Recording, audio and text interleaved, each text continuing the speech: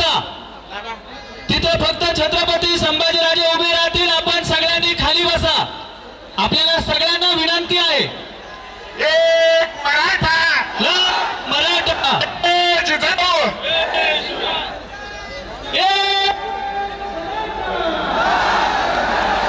आज मुंबईपर्यंत गेला पाहिजे एवढा जोरात द्या. एक मराठा छत्रपती शिवाजी महाराज. तुमचं आमचं नातं काय? युवक छत्रपती संभाजीराजे तू मागे बढो.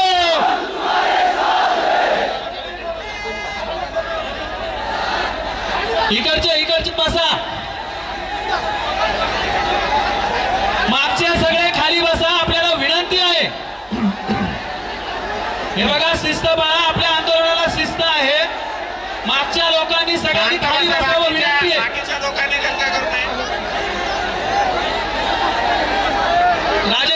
आपल्या लोकांनी राजे आपण डायसवर मागच्या लोकांना दिसत नाही. आपण डायसवर घेऊ. या माईकवर आपण बोललं तरी चालेल. नाही वर डायरेक्ट बोलू काय खाली बोलू. खालून का वरतून बोलू द्यायचं.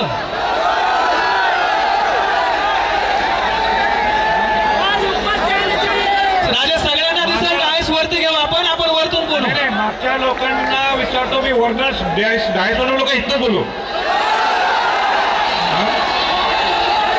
मागच्या लोकांना वरती राजे वरती घ्या. फक्त डायस वर घ्या. माईक राहू दे. डायस घ्या. या माईक वर बोलतील.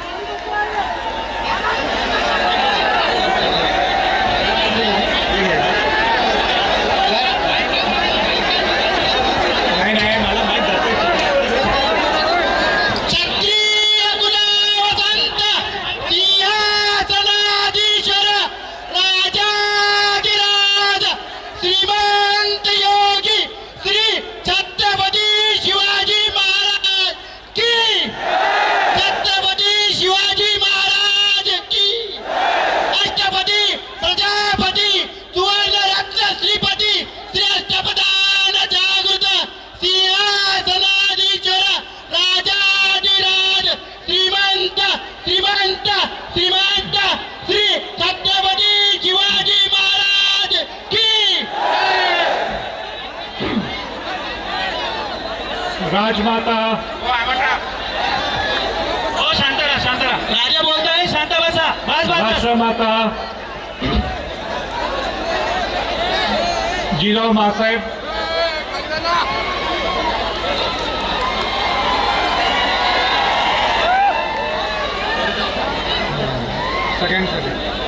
शककर्ते छत्रपती शिवाजी महाराज स्वराज्यवीर स्वातंत्र्यवीर धर्मवीर छत्रपती संभाजी महाराज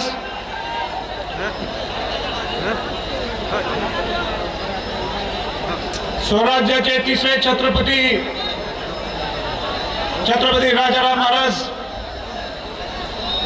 करवीच्या संस्थापिका छत्रपती ताराबाई राणीसाहेब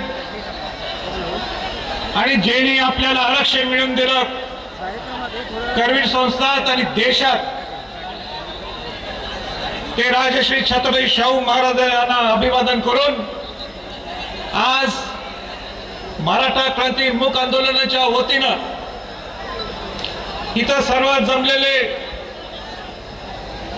शिवाजी महाराजांच्या घराण्यावर प्रेम करणारे उपस्थित सर्व बंधू भगिनींनो, तुम्ही जर डावीकडच्या आणि उजवीकडची बोलणं चालू असं तर मी निघून जातो. मी नुसतं जय जयकार शिवाजी महाराजांचा जय जयकार करायला इथं आलो नाहीये. शिवाजी महाराजांचा आणि शाहू महाराजांचा विचार सांगायला आलोय. आणि जर माझं ऐकायचं असेल तर आपण बोलू. माझे फोटो काढून काय उपयोग नाहीये. किती फोटो काढायचे.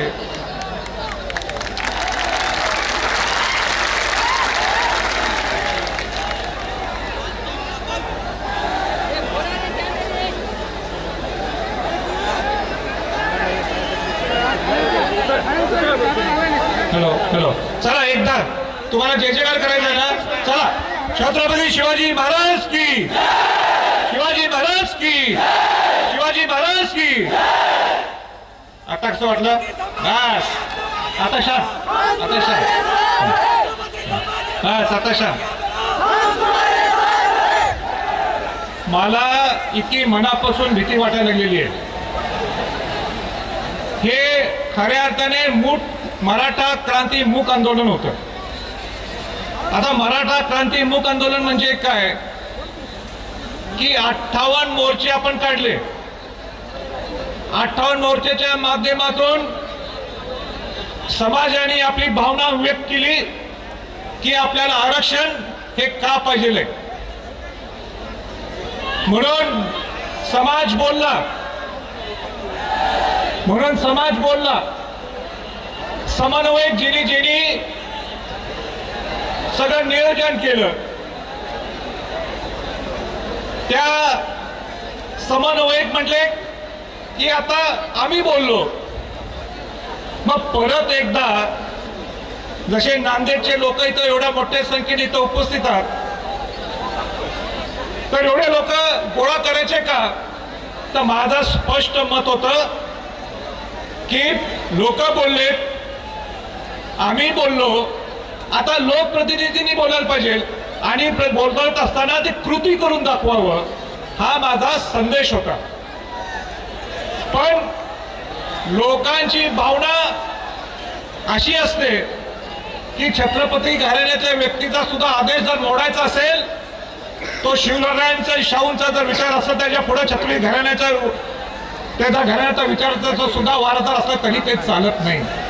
म्हणून मी तुमच्या मनापासून पहिल्यांदा आभार व्यक्त करतो की आपण इथं आला, आपली ताकद दाखवली. खऱ्या अर्थाने आज लोकप्रतिनिधी इथं बोलणार होते, लोकप्रतिनिधी आपली भावना व्यक्त करणार होते. तसंच ठरलं होतं की 1,500-2,000 लोक येतील आणि आपण आज बोलायचं नाही.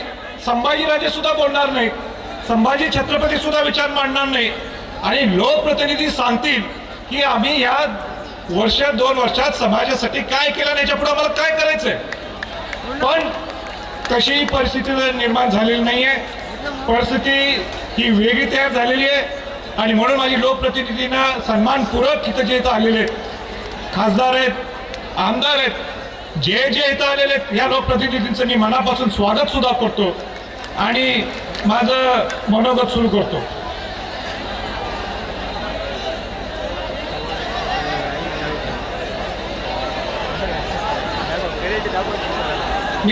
मी एकदा शेवटीदा विचारतोय, नांदेडकरांनो, डावीकडे आणि माझ्या उजवीकडे माझं बोलणं ऐकायचंय का? मी शांत राहा ना. माझा चेहरा बघून काय करायचंय? शिवाजी महाराजांचा, शाहू महाराजांचा विचार आहे का ना तुम्ही? किती फोटो काढायचे? एक दिवशी फोटोचं सेशन ठेवू आपण, येतो मी, पण आज नको.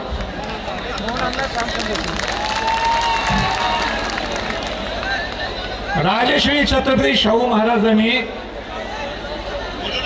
1902ला बहुजन समाजाला आरक्षण दिलं.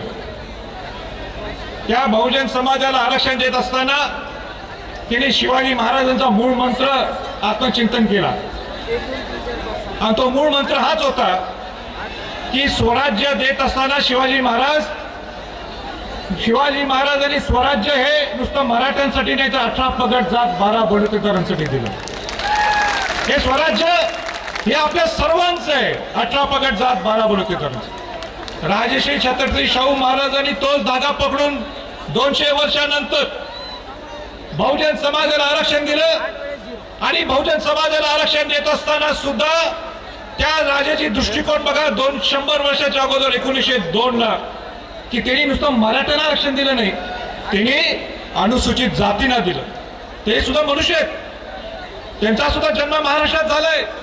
त्यांनी अनुसूचित जातींना दिलं, त्यांनी ओबीसीना दिलं आणि ओबीसीना देत असताना सुद्धा मराठा समाजाचा सुद्धा समाविष्ट केला.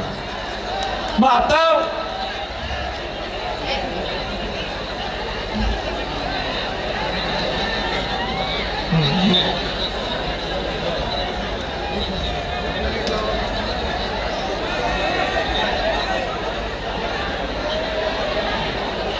आता मीडियाला विनंती आहे माझी, या मुलांची काही चूक नाहीये. हे ना तुम्ही मीडिया, तुम्ही सरकारला दाखवा काय लोकांच्या भावना आहेत.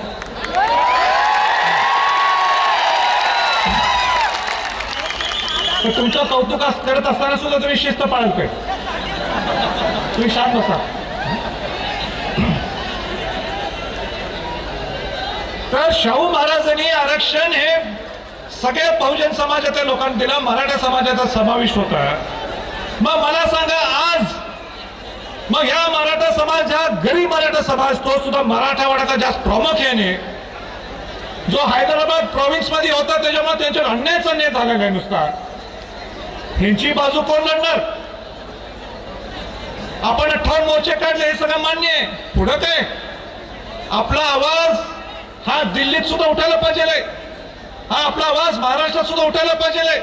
आणि म्हणून आमचं ब्रिज वाक्याच हे होतं की मराठा समाज बोललाय, लोकप्रतिनिधी बोलले, ते मराठा समाज बोललोय, आम्ही बोललोय समन्वयक, आता लोकप्रतिनिधींनी बोलायला पाहिजे. बरं मला एक सांगा, परवा संसद होतं, पार्लमेंट होतं दिल्लीत, हात वर करून सांगायचं, कोणी मला बघितलं का तिथं बोलताना? कोणी मला बघितलं का बोलताना पार्लमेंट मध्ये?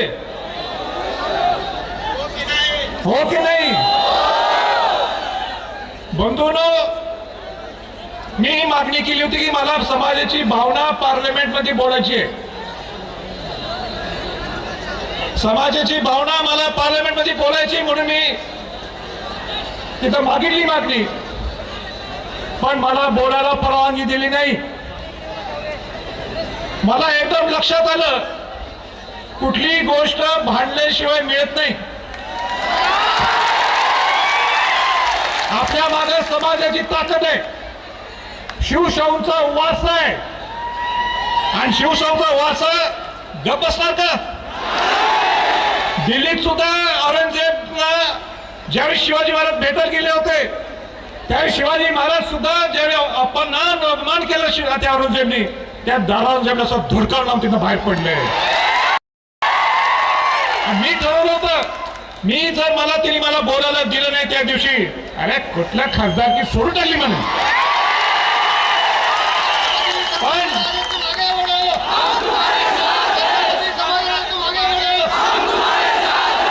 पण तिथं बोललो मी सुरुवातच केली की ज्या शाहू महाराजांनी पहिल्यांदा आरक्षण दिलं भारतात, आणि त्या पंतूला जर तुम्ही 2 मिनिटं बोलायला देत नसेल तर उपयोग काय माझा? मग आणि मग मला बोलायला दिलं. ज्यांनी त्या बोलण्यासाठी महाराष्ट्राच्या खासदारांनी ज्यांनी मदत केली त्यांचा सुद्धा मी आभार व्यक्त करतो. आणि बोलत असताना काय बोललो मी? आता हा विषय तुम्ही सगळ्यांनी समजून घ्या. आरक्षण सगळ्यांनाच पाहिलंय, पण आरक्षण हा न्याय प्रवेश विषय. हे आरक्षण मिळवायचं कसं? आपण लक्षात घ्या, सुप्रीम कोर्टाने आपल्याला सांगितलंय, बंधूंनो लक्षात घ्या, नुसता शिवाजी महाराज जय जयकार करून चालणार नाही. 1 नाही 2 नाही 4 तर मी बोलावलो मी आज. नुसता जय जयकार करून चालणार नाही, तर आपल्याला सर्वोच्च न्यायालयाने सांगितले की आपला मराठा समाज हा पुढारलेला आहे, हा फॉरवर्ड क्लास आहे, डॉमिनेटिंग क्लास आहे, हा सामाजिक मागास नाहीये, हा मराठा आरक्षणाला पारित होऊ शकत नाही. आणि म्हणून आपलं आरक्षण हे रद्द केलं. आता आरक्षण रद्द झाल्यानंतर पुढे काय करायचं? राज्य सरकार म्हणते केंद्र सरकारची जबाबदारी आहे. केंद्र सरकार म्हणते 127व्या घटना दुरुस्तीची राज्याची जबाबदारी आहे, राज्याला अधिकार दिले, हे करून टाका. आपल्याला काय पाहिजे रे? तुम्ही काय भांडते आम्हाला काही घेणं देणं नाही. आम्हाला समाजाला आरक्षण कसं टिकणार, आरक्षण कसं मिळून देते त्याच्याकडे आमचं लक्ष आहे. आता काय पर्याय? पहिला पर्याय काय? जे आपलं आरक्षण उडल्यानंतर,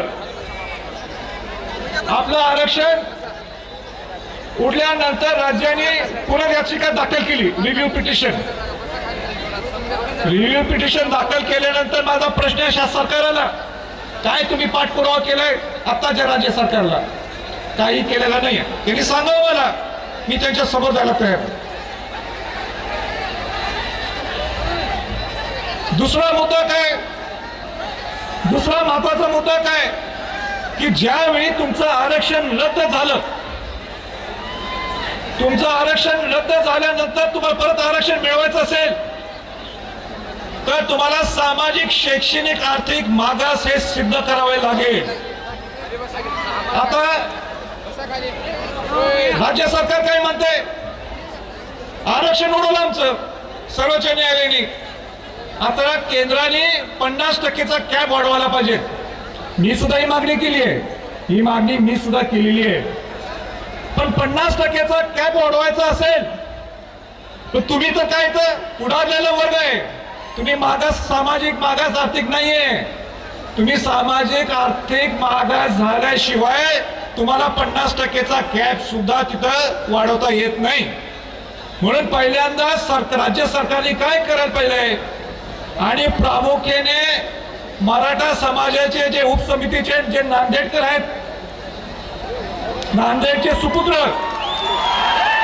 त्यांनी जबाबदारी घ्यायला पाहिजे. आज कुठे दिसत नाही तिथं. तर त्यांनी जबाबदारी घ्यायला पाहिजे आणि सामाजिक मागास पहिलं सिद्ध करा. याच्यावर बोला पहिलं. तुम्ही सामाजिक, शैक्षणिक, आर्थिक मागास करा. जसं गायकवाड कमिशन, जे गायकवाड सुपुत्र तिथले जे त्यांनी आपल्याला सामाजिक मागास पूर्वी केलं होतं, आता या भोसले समितीने जे त्याच्यातल्या त्रुटी काढल्यात ते त्रुटी परत अंमलात आणा आणि तुम्ही एक नवीन प्रवर्ग करून, जो प्रवर्ग मध्ये जे कोण लोक घातलेत ते सुद्धा काय बोगस आहेत मी दाखवून देतो. त्याच्या दोन पोलिसच्या केसेस आहेत आणि ते आपल्याला सामाजिक मागास सिद्ध करणार आहेत, नाही करणार. त्याच्यात सुद्धा बदल व्हायला पाहिजे. हे सगळं होत असताना हे झाली राज्याची जबाबदारी. काय राज्याची जबाबदारी आहे? सामाजिक मागास सिद्ध करायला पाहिजे. आपल्याला एक वेगळा प्रवर्ग तयार करून मग आपण 50%च्या वरची जी कॅप आहे त्याच्याबद्दल विचार करू शकतो सेंट्रल गव्हर्नमेंटमध्ये. आता केंद्राची काय जबाबदारी आहे? केंद्र काय म्हणते, 127 घटना दुरुस्तीमध्ये जिथं आम्ही सर्वांनी परवा मतदान केलं, म्हणते की राज्याला अधिकार देऊन टाकले जातात. अहो, राज्याला अधिकार देऊन म्हणजे काय केलंय तुम्ही? राज्याला अधिकार काय दिले की तुम्ही आरक्षण द्या. आरक्षण द्यायचं कुठनं? आरक्षण द्यायचं कुठनं? इंदिरा साहनी केस काय म्हणते? इंदिरा साहनी केस म्हणते की 50%च्या वर तुम्ही देऊ शकत नाही. तुम्ही एसीडीसी झाला तरी 50%च्या वर तुम्ही देऊ शकत नाही. परत उडून टाकलं आपलं. मग कसं मिळणार आपल्याला? त्याला एकच पर्याय. केंद्रातल्या सगळ्या खासदारांना माझी विनंती आहे आणि केंद्रातल्या सरकारांना माझी विनंती आहे, जर द्यायचं असेल आपल्याला, जर तुम्ही अधिकार दिला असेल 127 घटना दुरुस्तीत, ते तुम्ही अनेक अमेंडमेंट, एक घटना दुरुस्ती करायला पाहिजे. जे मी परवा माझ्या पार्लमेंटमध्ये मांडलं, ते काय म्हणतात सर्वोच्च न्यायालय की मराठा समाजाला इंदिरा साहनीमधनं 50% आरक्षणच्या वर सुद्धा द्यायचं असेल राज्याने, तर आपल्याकडं फार फ्लंग, इंग्लिशमध्ये मी मराठीत सांगतो काय, फार फ्लंग अँड रिमोट ही परिस्थिती पाहिजे. म्हणजे तुम्ही दूरवर, म्हणजे डोंगरात राहणारे पाहिजे किंवा एकदम दुर्गम भागात राहणारा व्यक्ती पाहिजे. आता हे जर तुम्ही कंडिशन लावली तर राज्याला अधिकार सुद्धा देऊन आपल्याला 50%, आपण 50%च्या वर गेलो, 52% आपलं आरक्षण आहे. मग आपल्याला हे आरक्षण कसे देणार? हा प्रश्न माझा केंद्र सरकारला आहे. हा माझा प्रश्न आहे सगळ्या खासदारांना आहे. म्हणून दोन गोष्टी वेगळ्या आहेत. केंद्राने केंद्राची जबाबदारी पार पाडायला पाहिजे. केंद्राने काय जबाबदारी पार पाडायला पाहिजे? परत एकदा सांगतो, तिने आपल्याला अमेंडमेंट बदलायला पाहिजे. काय अमेंडमेंट बदलायला पाहिजे की दूरवर आणि दुर्गम हा बदल करून भौगोलिक परिस्थिती जी आपली आहे, आपली गरीब मराठ्यांची परिस्थिती आहे, ती सांगायला पाहिजे. दुसरा मुद्दा त्यात काय, केंद्र सरकारचा, उद्या तुम्हाला हे करायचं नसेल ना, मग तुम्ही 50%चा कॅप आम्हाला वाढवून द्या. 50%च्या वर आरक्षण, मग ते पटेल ना असू दे, गुजर ना असू दे, मराठा असू दे, आणि इतर राज्यात जसं जसं आरक्षण आहे तसं जे ज्या लोकांना, जे बहुजन समाज लोक, त्यांना देऊन टाका. हे केंद्राची जबाबदारी. राज्याची काय जबाबदारी आहे? परत एकदा सांगतो, राज्याची जबाबदारी आहे उपसमितीचे अध्यक्ष, याच्यावर तुम्ही बोलायला पाहिजे.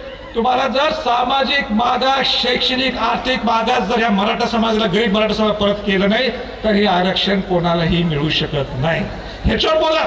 माझी डिबेट 1 to 1 माझी डिबेट तयार करा. चला बोला सगळ्यांना. मराठा समाजाच्या वतीनं मी वकील नाही आहे, पण वकिलासारखा तर माझी भाषा झाली आहे की नाही? हा, माझी भाषा वकिलासारखा बोलतो की नाही? जरा वकील वाटायला लागलं की नाही मी? तर माझी उलट समाजाला विनंती आहे, जेव्हा ते सरकारमधले राज्यातले असो केंद्रातले लोक येऊन देत माझ्या समोर बसून देत आणि मी सुद्धा बसतो. ह्याच्यावर बोलत नाही आरक्षणाच्या बाबतीत, ह्याच्यावर कोण बोलत नाही. इथं आले दिल्लीत, कोण आले दिल्लीत?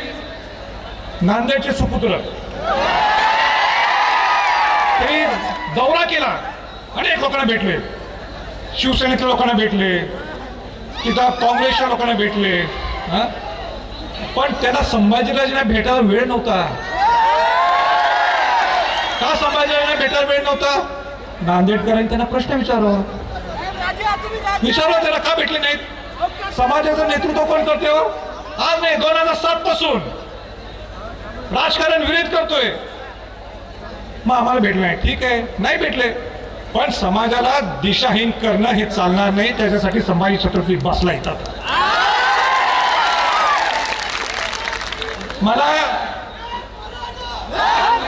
मला एक पत्र आलेलं आहे, मला पत्र एक आलेलं आहे. कोणी पत्र पाठवले? 15 पानी पत्र आहे. मुख्यमंत्री उद्धवजी ठाकरे. का पत्र पाठवलं? की आम्ही समाजासाठी काय काय करतोय. चांगली गोष्ट आहे की त्यांनी आंदोलनाची दखल घेतली. नांदेडमध्ये आंदोलन म्हटल्यावर मलाही पटलं नाही की एवढं लोक सरकारचं दखल घेईल. मी सुद्धा घाबरून गेलोय. तिकडं कोरोना चालू आहे, तुम्ही काय दाखवायला लागलाय, पण काय असो, आज मी तुमच्या बरोबर आहे.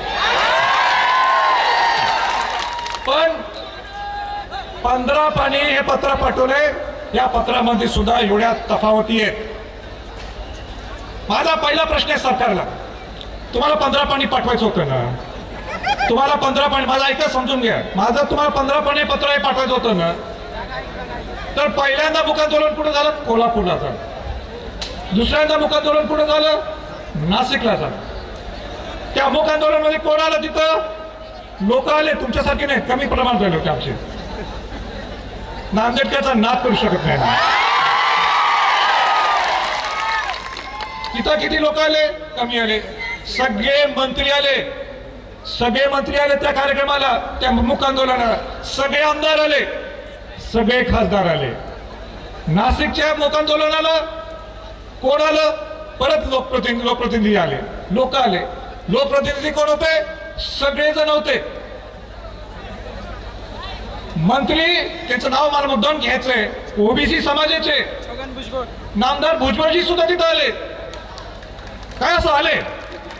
त्यांचा कौतुक करा तुला. पण बाकी सगळे खासदार आले, बाकी सगळे आमदार आले. आज बहुतांश इथं आमदार खासदार इथं आलेले.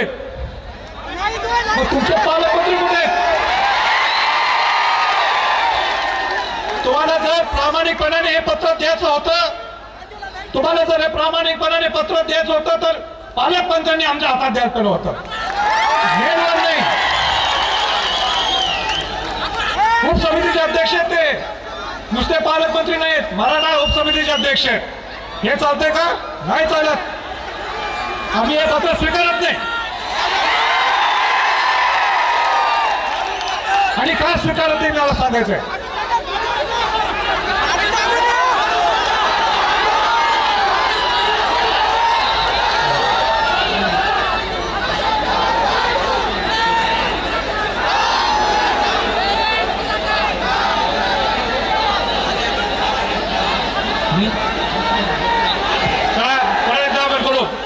शिवाजी महाराज की, शिवाजी महाराज की, शिवाजी महाराज की. चला परत शांत राहा. तर शांत. आता माझा प्रश्न आहे, हे जे पत्र आलं आपल्याला आलेलं आहे, मला हे पटत नाही. ह्याच्यात अनेक तफावती आहेत. त्या थोड्या तफावती मला मुद्दाम सांगायचे, मला मुद्दाम सांगायचे. 15 जुलैला नाही नाही नाही काय नाही नाही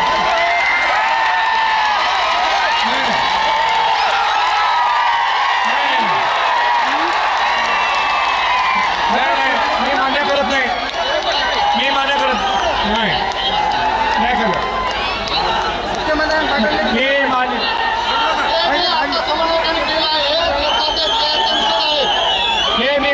चालत नाही.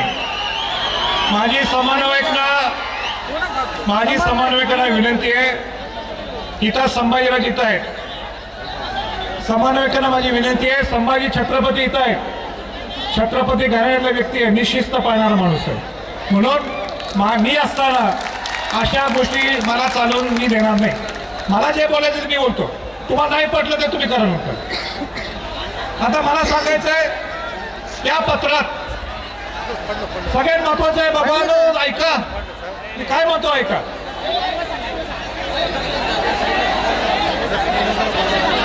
अरे बाबा तुमच्यासाठी भांडायला लागलोय, ऐका काय बोलणार आहे मी. 15 जुलैला एक GR निघाला सरकारचा. तो सरकारने काय सांगितलं की या कोविडच्या दरम्यान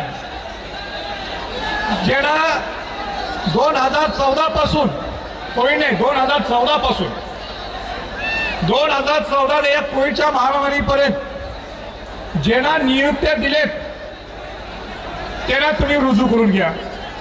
मग आपल्या समाजातले लोक एकदम खुश झाले आणि GR निघाला.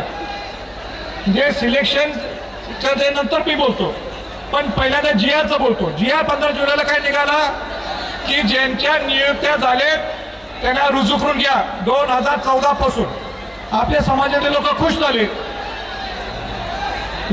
झाले, आणि लोक गेले कोणाला भेटायला, जे कास्ट सर्टिफिकेट जे आपल्याला मिळते, जे कास्ट सर्टिफिकेटची व्हॅलिडिटी द्यावी लागते तरच तुम्हाला नोकरीवर रुजू करतात. मग आपला बिचारा मराठा माणूस गेला, अरे आपल्याला नोकरी मिळाली आता आपल्याला नियुक्ती झाली आहे, आनंदाचा क्षण आहे, आयुष्यभर पुस्तकं वाचलेत, अभ्यास केलाय, नोकरी लागली आहे, हा सरकारने नियुक्ती दिली, सरकारने निर्णय घेतला आणि गेले तिथं गेल्यानंतर, हो बसा ना प्लीज, तिथं गेल्यानंतर पहिल्यांदा त्या अधिकाऱ्याने काय विचारलं, कास्ट सर्टिफिकेटची व्हॅलिडिटी कुठे आहे, व्हॅलिडिटी दाखवा. एक तर आपल्या लोकांना व्हॅलिडिटी माहित नसते काय, तर व्हॅलिडिटी महत्वाचं, व्हॅलिडिटी मागवा म्हटले, तर तो बिचारांनी व्हॅलिडिटी दाखवली, हे माझं कास्ट सर्टिफिकेट आहे, आता मला नियुक्त करा. तो अधिकारी काय म्हणतो, अहो तुमचं तर आरक्षण रद्द झालंय, तुम्हाला कुठे नोकरी द्यायची. मग हा GR काढून याचा उपयोग काय. मी सरकारला सांगू इच्छितो, ज्या मुलांनी इथं तो GR फाडला, मी त्या बाजूनी नाही आहे, पण सरकारने याची दखल घ्यायला पाहिजे. जर तुम्ही GR काढता त्या मुलांच्यावर खेळ करून चालत नाही तुम्ही. ते मुलं आयुष्यभर कष्ट करून अभ्यास करून त्यांना नियुक्त्या मिळालेल्या आहेत, आणि 2014 पासून ते आतापर्यंत, आणि ह्यांना नियुक्त्या की तुम्ही खेळ करता. अधिकारी तुम्ही समोर येऊन म्हणताय तिथं की कुठलं तुम्हाला आरक्षण, तुम्हाला कुठल्या त्याची नोकरी, तुम्ही तुमचं आरक्षण रद्द केलंय, तर सरकार काय झोपलं घ्या बाबतीत, ह्याचं उत्तर द्यावं सरकारने. यांची भावना असेल GR फाडायचा, मी नाही ते त्याबद्दल माझं मत, पण तुम्ही इथं बोला. दुसरं, ज्यांना नोकऱ्या दिल्या, सांगितल्या नोकऱ्या आम्ही तुम्हाला देतो, ज्यांचं सिलेक्शन झालं 2014 पासून, ज्यांचं सिलेक्शन झालं पण त्यांना नियुक्त्याच दिल्या नाहीत, या बिचाऱ्यांची काय अडचण हो, काय चूक आहे त्यांची. त्या बिचाऱ्यांनी परीक्षा दिली, तुम्ही सांगितलं पेपर दिला, तुम्ही अजेंडा एक तयार केला, त्या अजेंड्याच्या प्रमाणे त्यांनी अभ्यास केला, सिलेक्शन झालं, मग मध्ये काय ती अडचण होती, मग मध्ये कोरोनाची अडचण होती, आणि आता त्याला सांगायचं तर तुम्ही थोडे जण EWS जा, म्हणजे EWS मला असं म्हणतो की आमचं आरक्षण काढून गेलेलं, आम्ही जातो कोर्टात. या मुलांचा सुद्धा अन्याय होऊन चालणार नाहीये. या पत्रात काय लिहिलंय का तुम्ही, या पत्रात लिहिलंय ते ज्या मुलांच्यावर अन्याय झालेला आहे, काय या मुलांची चूक आहे, या गरीब मराठ्यांची काय चूक आहे, काय चूक आहे यांची, आणि तुम्ही म्हणता दिलं आम्ही. अरे असं कसं दिलं, दाखवून द्या ना तुम्ही कसं दिलंय, हा माझा प्रश्न आहे. आणि म्हणून हा सगळ्यात महत्वाचा सिरियस प्रश्न आहे, जो सरकारने त्याच्या लक्ष घालणं गरजेचं आहे. परवा मी नाही बोललो, कोण बोलले, उपसमितीचे अध्यक्ष बोलले. काय उपसमिती अध्यक्ष बोलले, 23 वसतिगृह आम्ही ओपनिंग करणार आहे 14 ऑगस्टला किंवा 15 ऑगस्टला, 15 किंवा 14ला कर्नाटक. किती उद्घाटन झाले हो? एक ठाण्याचं झालं, ते सुद्धा एकनाथ शिंदेचं कौतुक आहे. जे ठाण्याचे पालकमंत्री आहेत त्यांनी स्वतःच्या बळावर त्यांनी केलं, त्यांचं कौतुक आहे. मला आता सांगा, या 23 वसतिगृह जे ते म्हटले यातले मागच्या सरकारनेच बरेच केलेले आहेत. मी कोणाची बाजू घेत नाही सरकारची.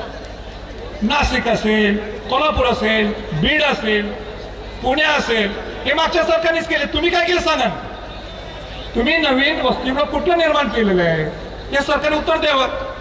उपसमितीचे अध्यक्ष आहेत ना आपण सांगितलं 14 ऑगस्ट किंवा 15 ऑगस्ट आम्ही करू. तुम्ही नाही केलं. मग आम्ही असं समजायचं का तुमच्याकडे उत्तर नाही म्हणून तुम्ही इथं आला नाही? जे सगळे लोक इथं आले, लोकप्रतिनिधी इथं मी सन्मान करतो इथं जे आले, तुमच्यात बसलेच नाही ते, त्याचं कौतुकच आहे. तिथं नामदार सतीश पाटील खाली मांडी घालून बसलो. आमचे वडील छत्रपती शाहू महाराज तिथं आले. तिथं छगन भुजबळ मंत्री आले. मग तुम्ही का वेगळं? तुम्ही काही 96% मराठा आहे म्हणून का? आम्ही सुद्धा 96%. आम्ही सुद्धा 96% मराठा आहे. तर संभाजी छत्रपती खाली मांडीला मांडी घालून बसू शकतो. संभाजी छत्रपती खाली बसवतो. मुश्रीफ सुद्धा त्यांनी विमान करून आला का बाबा समाजाची मुसलमान आहे तो, पण आपण समाजाच्या बरोबर म्हणून प्लेन पकडून आला. तुम्ही नाही येऊ शकत? असं नाही चालणार, हे बरोबर नाही. ते प्रकाश आंबेडकर ते बहुजन समाजाचे बाबासाहेब आंबेडकरांची नातू का आले तिथं? गरीब मराठ्यांच्या अन्याय व्हायला लागला, गरीब मराठ्यांना न्याय द्या म्हणून. त्या प्रकाश आंबेडकरचं सुद्धा मला कौतुक करायचं. काय घेणं देणं नाही त्यांचं. काय आपण आरक्षण मागतोय का? नाही मागत. मग आणि लगेच बोलतात आरक्षणाच्या बाबतीत. संभाजी राजेंनी 50% अटका बोलत नाहीत. अरे जे बोलतात मला तर आज सांगायचंच आहे. मागच्या सरकारने निर्णय काय घेतला? मागच्या सरकारने निर्णय हा घेतला, जे देवेंद्र फडणवीस यांचं सरकार होतं, की ज्यांना आरक्षण दिलं जातं एससी, एसटी आणि ओबीसी, हे ना धक्का न लावता आम्ही आरक्षण देणार. आताच्या सरकारने काय म्हटलं?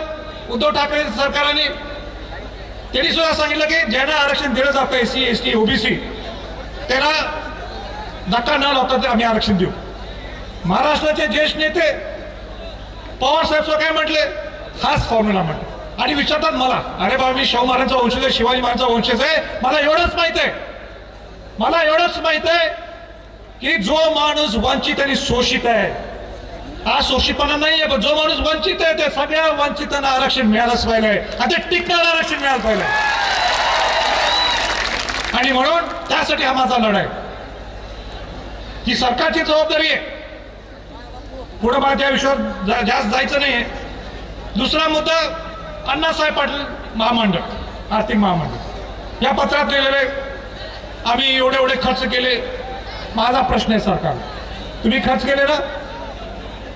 हे ऐका बाबा, ओ ऐका गोगलवाला, ऐका. तुम्हाला मी दिसतं की माहित नाही, पण मला तुम्ही दिसतंय. माझा तर प्रश्न आहे. तर आर्थिक विकास महामंडळामध्ये काय म्हणतात सरकार या पत्रात? आम्ही एवढे पैसे कर्जासाठी दिले. माझा सरकारला प्रश्न आहे की तुम्ही दिलेले नाहीये, ते अगोदरच्या सरकारने दिलेले. तुम्ही नवीन काय दिलं सांगा? आणि देणार कसं? तुमचं महामंडळ सुद्धा प्रस्थापित नाही. महामंडळामध्ये कुठे आहेत तुमची लोक? नाही. महामंडळाचे अध्यक्ष कुठे आहेत? नाही. मग कशाला पत्र लिहायचं? त्याच्यावर बोला तुम्ही. पण मी हे मूक आंदोलन का केलं? आम्ही आरक्षण ठीक आहे, आमचा एक लढा आहे. आरक्षणाच्या बरोबर सुद्धा आमचे 5 मूलभूत एक साध्या मागण्या केल्या होत्या मी. पहिली मागणी हा GR चा विषय, दुसरी मागणी वसतिगृहाचं, तिसरी मागणी अण्णासाहेब पाटील आर्थिक महामंडळाची, कोपर्टीचा विषय आम्ही मांडला. कोपर्टीचा विषय काय सांगितलं आम्ही? ज्या भगिनींवर अत्याचार झाला त्याला शिक्षा दिली, पण त्यांनी 2 वर्षानंतर परत उच्च न्यायालयामध्ये अपील केली की आम्हाला त्यांना न्याय मिळावा म्हणून. अरे बाबा नो, मी त्यांना म्हटलं की तुम्ही स्पेशल कोर्ट अपील करा, स्पेशल कोर्ट का मागा आणि फास्ट ट्रॅकवर त्याच्यावर निकाल लावून टाका. पत्रात दिले काय म्हणतात त्याला, अटॉर्नी जनरल, त्याला मराठी काय म्हणतात, महाधिवक्ता.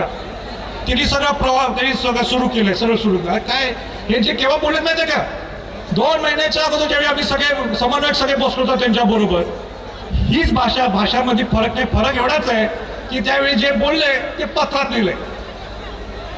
2 महिने थांबलो ना मी, किती महिने थांबायचं आम्ही. या गरीब मराठ्यांना सुद्धा ज्या तुमच्या गोष्टी हातात या करून द्या ना तुम्ही. आरक्षण नाही ना, ह्या गोष्टी करून द्या तुम्ही. गुन्ह्याचा विषय मगाशी ठराविक समन्वयक बोलले, आपले सूत्रसंचालन माधव योस्कर बोलत असताना ते बोलले की गुन्ह्याचा विषय आम्ही तिथं काढला मीटिंगमध्ये. आता काय म्हणतात, सगळे गुन्हे आम्ही मागावर घेतले. मला सांगा इथं समन्वयक आहे, समन्वयकात तुम्ही सांगा तुमचे गुन्हे मागा घेतलेत का, हात वर करा. आता हे काय खोटे बोलतात का, ह्याचे तुम्ही गुन्हे का मागे घेत नाही. मग ते काय आतंकवादी आहेत का, काय नक्सलाईट आहेत, हे काय नक्सलाईट आहेत.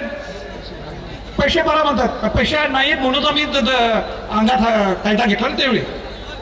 पैसे नाहीत म्हणून आम्हाला आमचा हक्काचं आरक्षण द्या, आम्हाला हक्काचं मान्य द्या म्हणून आम्ही हातात काट्या घेतले असतील ना. तुम्ही मान्य करत नाहीये. छत्रपतींचा वंशज म्हणणार नाही की काट्या हातात घ्या, पण जे झाले ते झालं, पुढे होऊन देऊ नका. पण जे झाले त्यांचे गुन्हे मागं व्हाय पाहिजे ना, ह्याच्यावर बोलत नाही. नुसतं पत्रातले गुन्हे मागं मी प्रूफ करून दाखवतो. समन्वयाची समिती नेमा तिथं आम्ही प्रूफ करून दाखवतो किती लोकांच्यावर गुन्हे. त्याच्यावर भाषा नाही, नुसतं पत्र लिहून चालत नाही. जर काय पालकमंत्री आले असते इथं तर निश्चित चर्चा केली असते. काय चर्चा करतात, आम्ही जाऊ त्यांच्यावर मुंबईत, कदापि नाही. मुंबईत आम्ही जाणार नाही. आम्ही आमचं पत्र घेऊन एक चांगली गोष्ट झालेली आहे त्यातल्या त्यात. एक चांगली गोष्ट झालेली आहे ते म्हणजे ज्या शाहू महाराजांनी च्या नावाने उभा केलेली सारथी संस्था. आरक्षण मी मोठं स्टेटमेंट करतोय, आरक्षणाच्या तोडीने जर आपल्या मराठा समाजाला न्याय मिळवून द्यायचा असेल, त्या गोरगरीब मराठा समाजाला कुठेतरी न्याय मिळवून द्यायचा असेल, मग तो स्किल डेव्हलपमेंट असेल, स्कॉलरशिप असेल, किंबहुना अनेक गोष्टी तारा दूत असेल, या सगळ्या गोष्टी सारथीच्या माध्यमातून घ्याव्या लागतात. की स्वायत्ता त्या कंपनीला मिळावी म्हणून आमचा प्रयत्न होता. स्वायत्ता मिळालेली आहे. नुसतं तिथं अजित पवार असल्यामुळे अजित पवारांना मी सांगितलं की आम्हाला पहिलं उपकेंद्र सुरू करा कोल्हापुरात. ते लगेच 26 जुलैला शाहू महाराजांच्या जयंतीच्या दिवशी 26 जुलैला उपकेंद्र सुरू केलं, पुण्यात सुरू केलं. काय ते तिथं मुवमेंट चालू झालेली. अजित पवारांनी मला फोन करून सांगितलं परवा, ज्यावेळी आंदोलन चालू होतं त्यावेळी त्यांनी सांगितलं की आपण समजा 700 कोटी दिले, 1000 कोटी दिले आणि ते खर्च जर झाले नाही, जर ते पैसे खर्च झाले नाही, मला वाईट वाटले असे का बोललो आहे कोण, पण मला थोडा मुद्दा त्यांचा पटला. आता समजा आपण पैसे दिले 500 कोटी रुपये आणि खर्च आपला झाला 100 कोटी, पुढच्या वेळी किती रुपये मिळणार आपल्याला? 500 नाही मिळणार, 101 मिळतील की 90 मिळतील. त्यापेक्षा त्यांनी मार्ग काय सांगितला, ते म्हटलं तुमचा एक माणूस तिथं द्या राजे, तुमचा एक माणूस द्या, जेवढं सारथी मागणी कराल पैसे, जर मी ते पैसे दिले नाहीत तर तुम्ही माझ्यासमोर मला कुठं सांगायचं सांगा, तिथं आंदोलन तुम्ही करा. एकच माणूस ज्यांनी मला पुढाकार करून मला फोन केला. जे कौतुक आहे कौतुक आहे, जे चुकीचं आहे चुकीचंच आहे. संभाजी छत्रपतींची जबाबदारी ही आहे, जो बरोबर त्याला शाबासकी, व्हेरी गुड म्हणायचं, जो चुकला त्याला पकडायचं. आणि म्हणून कोणाला काय पकडायचं असेल तुम्ही मला सांगा, मी आहेच. कोणाला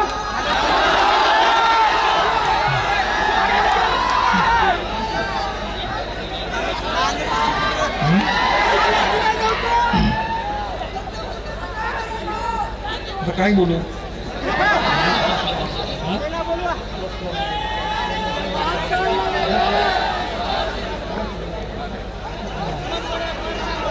बरेच माझ्या मागणं हे चालू आहे काय प्रॉम्प्टिंग, राजेने नेमकं काय बोलावं. पण मी स्वतः हुशार झालो की नेमकं काय बोलायला पाहिजे. पण एक लक्षात घ्या बंधूंनो, ही जी गर्दी झालेली आहे, काय झाली आहे, ही गर्दी झालेली आहे. मी त्यांचा, तुमच्या पालकमंत्र्यांचा शब्द मी वापरणार नाही, विराट. मी काय बोलणार, समाजाच्या भावनापोटी समाजाला काहीतरी न्याय मिळावा, गरीब मराठ्यांसाठी अन्याय होऊ नये, गरीब मराठ्यांना कुठेतरी आमच्या पुढच्या पिढीला काहीतरी मिळू दे म्हणून ही लोकांची गर्दी जमली. मी ज्यावेळी सर्किट हाऊसला होतो, मला निरोप आला की एवढी गर्दी जमली, 1-1.5 किलोमीटर लोक थांबलेत. मी घाबरून गेलो. बाबा, मी तर मूक आंदोलन करण्याच्या नादात आलो इथं. 500,000 लोक येतील आणि ते 500,000 लोक आले की मी म्हणायचं बाबा मास्क घाला. हे तर बघितलं एवढा मोठा जनसागर आहे, मी खरं घाबरून गेलो रे. पण इथली घाबरून जाण्याचा याचा अर्थ आहे की तुम्हाला कोविड लागू नये, तिसरा वेव हा कोविडचा येऊ नये म्हणून मी भीती आहे. गर्दी करायची म्हटलं आपण केव्हाही करू शकतो, पण बिन सांगता सुद्धा पण छत्रपतींचा मावळा काय असतो आज तुम्ही दाखवून दिला. संभाजी छत्रपतींचा सुद्धा आदेश आम्ही पाळणार नाही. कारण जर ते शिवशाहूंचे विचाराचे वारस असतील आणि रक्ताचे वारस असतील तर आमच्या मराठा भावनावर हा अन्याय व्हायला लागलाय. म्हणून त्यांच्या डोळ्यात घालण्यासाठी, त्यांच्या डोळ्यात दाखवून देण्यासाठी आम्हाला किती झोंबलंय, आम्हाला आमच्या मराठवाड्यात त्या मराठा समाजाला किती झोंबलंय, आम्ही किती गरीब आहोत हे दाखवण्यासाठी हा समाज इथं आलेला. माझी म्हणून सरकारला विनंती आहे, अजूनही वेळ हातातनं गेलेली नाहीये, सरकारला विनंती करायला पाहिजे. अजून संभाजीराजे सगळ्या समन्वयकने केव्हा सांगितलं नाही की गर्दी करा नाही या. पहिल्या दिवशीपासून माझ्या हातात जेव्हा विषय होता मी पेटू शकलो, तर संभाजीराजे पेटवणारा माणूस नाहीये. कारण मी माझ्या घराण्यात माझा जन्म झालाय, त्या घराण्यात माझा जो जन्म झालाय तो लोकांना घेऊन जायचंय, लोकांना शिस्त सांगायची असते, लोकांना न्याय द्यायचा असतो, त्याच्यासाठी माझा जन्म आहे. पण जर काय आम्हाला सुद्धा जे आम्ही काय आज मागणे सांगितलेले आणि या पत्राच्या तफावती आम्ही त्यांना पत्र लिहिणार आहे सुद्धा, पण या पत्राच्या तफावती जर मार्ग लागल्या नाहीत तर आम्हाला परत एकदा सांगून आमची ताकद दाखवण्यासाठी रायगड जिल्ह्यात जावं लागेल. मग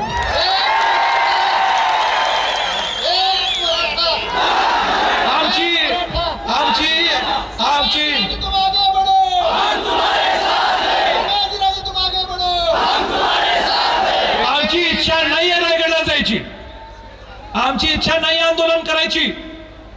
या कोविडच्या महामारीमध्ये तिसऱ्या वेळेमध्ये परत लोकांना ते गाडायचं आहे आमचा अजिबात विषय नाहीये. पण तुम्ही सुद्धा दखल घेणं गरजेचं आहे. तुम्ही सुद्धा या मराठा समाजाला न्याय मिळवून द्यायचा आहे. नुसतं केंद्र आणि राज्य नुसतं तुमच्यात जी मारामारी चालू आहे ती नको आहे आम्हाला. केंद्राने केंद्राची जबाबदारी घ्यायला पाहिजे, राज्याने राज्याची जबाबदारी घ्यायला पाहिजे. केंद्राने सांगायला पाहिजे हो तुम्ही सामाजिक मागास सिद्ध करूया, आम्ही 50% कॅप कसा वाढवतो आम्ही बघू. केंद्राने सांगायला पाहिजे की फार फ्लंग अँड रिमोट म्हणजे की दूरवर आणि दुर्गम हे वाक्य आम्ही बदलतो आणि भौगोलिक परिस्थितीप्रमाणे आम्ही हात बदलून देतो. हे केंद्राची जबाबदारी आहे आणि राज्याची काय जबाबदारी आहे. उपसमितीच्या अध्यक्षांना आणि मुख्यमंत्र्यांना सांगायचं आहे ते म्हणजे पहिल्यांदा तुम्हाला सामाजिक मागास जर सिद्ध करायचं असेल तरच तुम्हाला आरक्षण मिळू शकते, सामाजिक, शैक्षणिक आणि आर्थिक.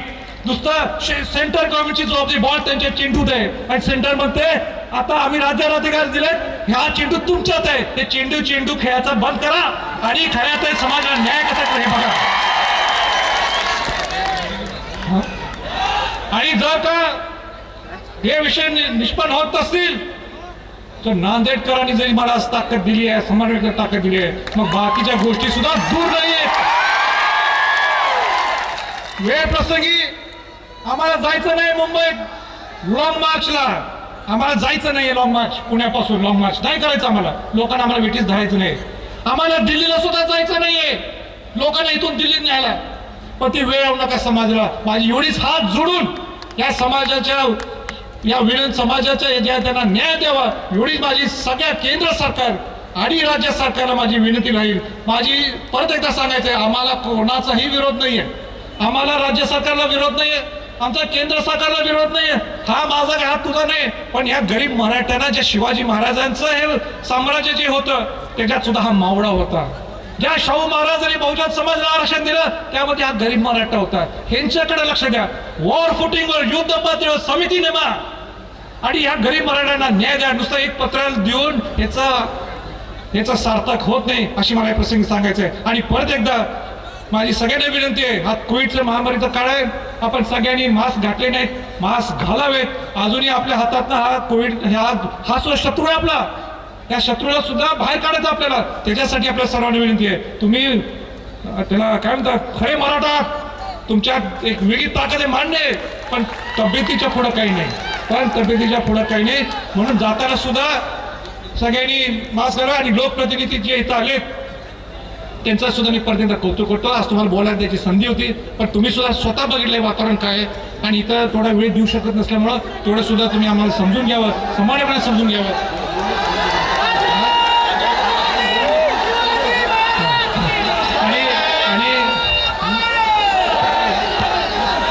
आणि समन्वयक सगळे समजून घेते समाजातले लोक की तुम्हाला पत्र देतो, आम्ही तुम्हाला बोलायला देतो, पण ते होऊ शकत नाही. तुम्ही बघा आणि ते सगळं ते मॅच होणार नाही, ती अशी परिस्थिती निर्माण झाली आहे. म्हणून आपण सगळ्यांनी समजून घ्यावं, एवढं बोलतो. आणि राष्ट्रगीत होणार आहे, म्हणून कोणी उठू नये. 1-2 मिनिट थांबा.